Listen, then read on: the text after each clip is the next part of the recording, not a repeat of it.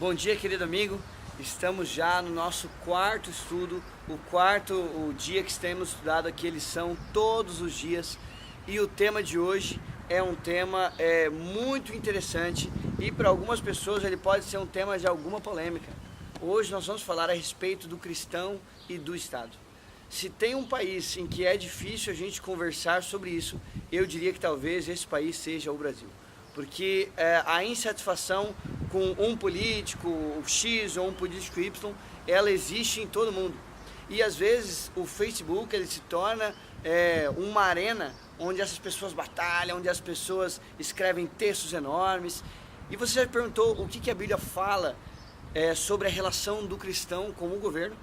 A Bíblia ela tem alguns versículos que falam sobre isso, algumas histórias onde nós podemos tirar algumas diretrizes, mas nós vamos focar de forma bem breve em Romanos capítulo 13, verso 1, a Bíblia diz assim: toda pessoa esteja sujeita às autoridades superiores, pois não há autoridade que não venha de Deus.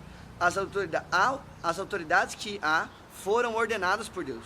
Por isso, quem resiste à autoridade, resiste à ordenação de Deus, e os que resistem trarão sobre si mesmos a condenação. Agora eu pergunto para você, como entender que as autoridades que estão, elas foram colocadas lá por Deus, como entender isso com a corrupção, com a falta de cumprimento das leis de forma correta?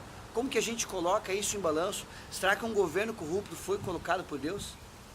É claro que Deus não colocaria lá um governo corrupto, alguém que faria as coisas erradas, mas Deus deu responsabilidades ao ser humano e essas responsabilidades, elas estão sobre nós também.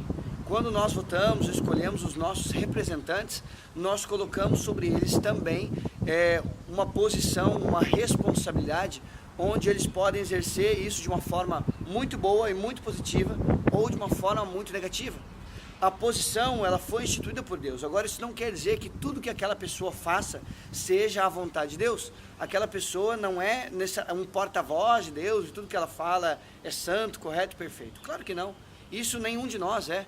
Mas o governo ele foi instituído por Deus para que eu e você, quando o governo não bate de frente com a palavra de Deus, nós possamos obedecê-lo.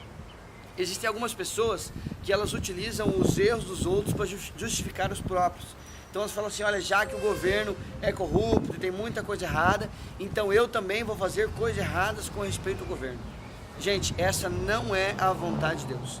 Naquilo que nos corresponde, nós devemos fazer a nossa parte. Olha só o que Paulo diz mais para frente, no capítulo 13, que é o verso 7, ele diz assim, olha, portanto, dai a cada um o que deveis. A quem tributo, tributo, a quem imposto, imposto, a quem temor, temor, e a quem honra, honra. Paulo aqui, ele dá voz também àquilo que Cristo já tinha falado, dai a César aquilo que é de César. Naquilo que na minha relação com o governo, naquilo que não interfere e não vá diretamente contra a palavra de Deus, não há problema em obedecer. Mas naquilo que fere os princípios da palavra de Deus, eu e você, nós temos a obrigação de, como cidadãos, expressar os nossos direitos, expressar as nossas vontades. Agora, isso não quer dizer que nas outras questões nós não possamos estar de acordo com o governo. Esse é um assunto muito complexo, há muita coisa para discutir, mas eu queria deixar você com essa mensagem. Que você possa fazer a sua parte, que você possa ser a parte honesta da relação, que você possa ser a parte equilibrada da relação.